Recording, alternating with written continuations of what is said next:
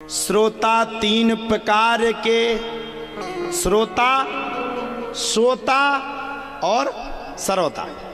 जिसका काम है कमी निकालने का, वो तीनों घंटा कमी निकालने के लिए बैठा है। अरे वो कसम ही खा के आया मैं कमी निकाल ली है। अब कैसे निकाले, किसी चीज पे निकाले, किसी पॉइंट पे निकाले, वो निकाल करके देगा।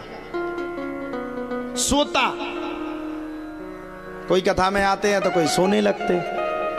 और सरोता, अब देखो भैया, सरोता का तो सीधा सीधा काम है सुपारी को काटना। अब या तो सरोता के चक्कर में सुपारी को बचाओ तो तुम्हारी उंगली कट जाएगी, या सरोता से दूर ही रह लो तो फायदा है। आप 7 दिन तक कथा करवा रहे हो, आपको 7वें दिन सुनने के लिए मिलेगा। और कमी बताने वाले तो इतने हैं जिसकी कोई सीमा नहीं, सब कमी बताने के लिए बैठे। अभी हम में भी हजारों कमी होंगी। ऐसे होते व्यास, आके बैठ जाते, पधर जाते, वो तो अपनी गाड़ी स्टार्ट करता पता नहीं कहां चला जाता।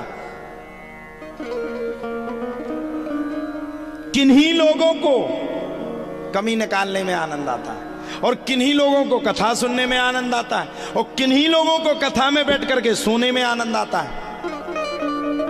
और देखो, आप अगर कमी वालों को पकड़ोगे तो 7वें दिन परेशान है जाओगे।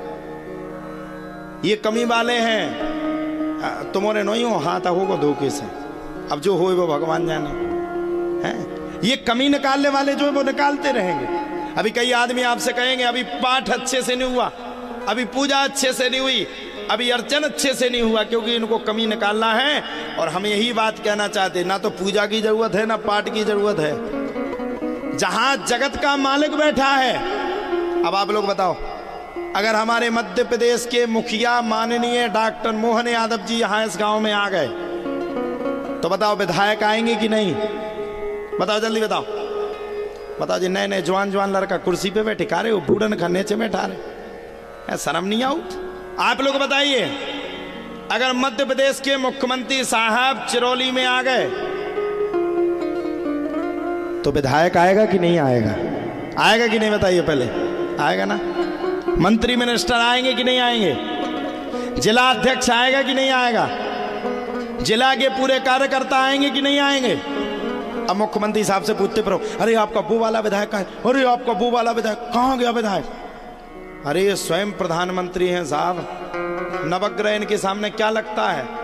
नवग्रह इनके ही दास हैं, पूरे देवता इनके ही दास हैं। जब बांके बिहारी लाल आ गए हैं तो इनके सामने पीठे बनाने की क्या जरूरत है? ये तो बिना पीठ के ही राजा हैं। इनके सामने तो सब बैठे हैं, फिर भी आप सबकी संतुष्टि के लिए सब कुछ काम हो रहा है। हम कहना चाहेंगे ये बेचारा सूदा आदमी है, इसको ज्यादा परेशान मत करो, ज्यादा कमी मत दिखवाओ, नहीं तो हमें जा लगा तो वो 7 दिन में याद हो सूखो जात। कथा बेचारे की भाई, पैसा को पैसा खर्च होगा और सूख को सूख जाए, और हमें कोई दुख नहीं। हमारी सुन लो आप बात, अगर आप कमी निकालो तो हमें दिक्कत नहीं, ना निकालो तो हमें दिक्कत नहीं। और कथा को सुनो तो हम तो खुश हैं, और निकाल लो तो क्या दिक्कत है? 2 दिन बीत गए और 5 दिन बचे। इसलिए भैया, श्रोता, सोता और सरोता, और लिखा भी है श्रोता वक्ता ज्ञान निधि, कथा राम की ही गूढ़। अरे सुनने वाला तो हो साहब, मैं बैठा करके सुना रहा हूं, कौन से पुराण को सुनना आपको? सुनने वाला तो हो कोई? वक्ताओं की कलयुग में अपनी मजबूरी है, हम लोगों की अपनी मजबूरी है। क्या हमें शौक नहीं कि हम आपको बैठ करके पूरी भागवतें सुनाएं?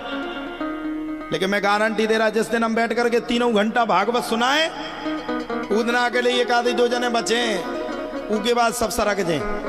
क्या करें? मजबूरी है कथाकार की, वो अपनी जगह मजबूर है, हम लोग भी अपनी जगह मजबूर हैं। हमें आप लोगों को कथा समझानी है, हमें आप उनमें थप्पड़ भी मानने तो ऐसो मानने की तुम्हें जो पतो न पड़े कि उल छोकते। हमें आपको कथा सुनानी तो ऐसी सुनानी कि हम गीत भी गा लेंगे वहीं के वहीं, आपको और 2-4 चीजों में लपका लेंगे, झपका लेंगे, और वहीं के वहीं गोविंद की कथा सरलतम तरीके से सुना करके आपके जीवन का बदलाव करवा देंगे। यही कथा है। देखो साहब, कलयुग के आदमी के पास ज्यादा समय नहीं है। हमने पूरा अपना सतत प्रयास किया।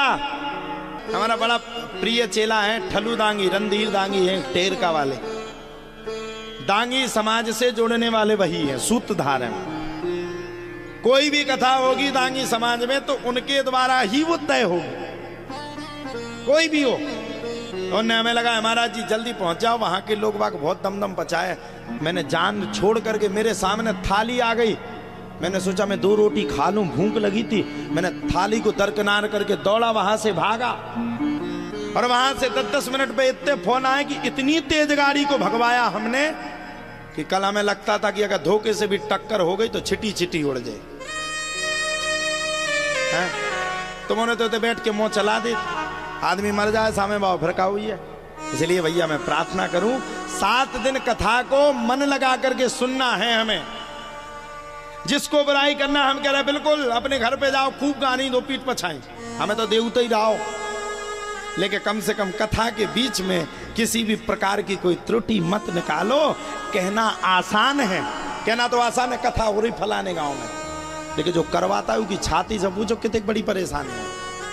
7 दिन व्यवस्था करना, 7 दिन बैनर बनवाना, टेंट वाले की सुनना, साउंड वाले की सुनना, महाराज जी की सुनना, इन लोगों को बैठाना, हमारी डांट को पिटवाना। जो कथा करवाता है वो बहुत बड़ा भाग्यशाली होता है। भाग्योदयन बहुजन समर्जिते न। और हम जैसे कथाकार की जो कथा करवाऊ दूंगी तो ना कहीं में दम हो जा। 7 दिन वो चक्री की तरह चलता है।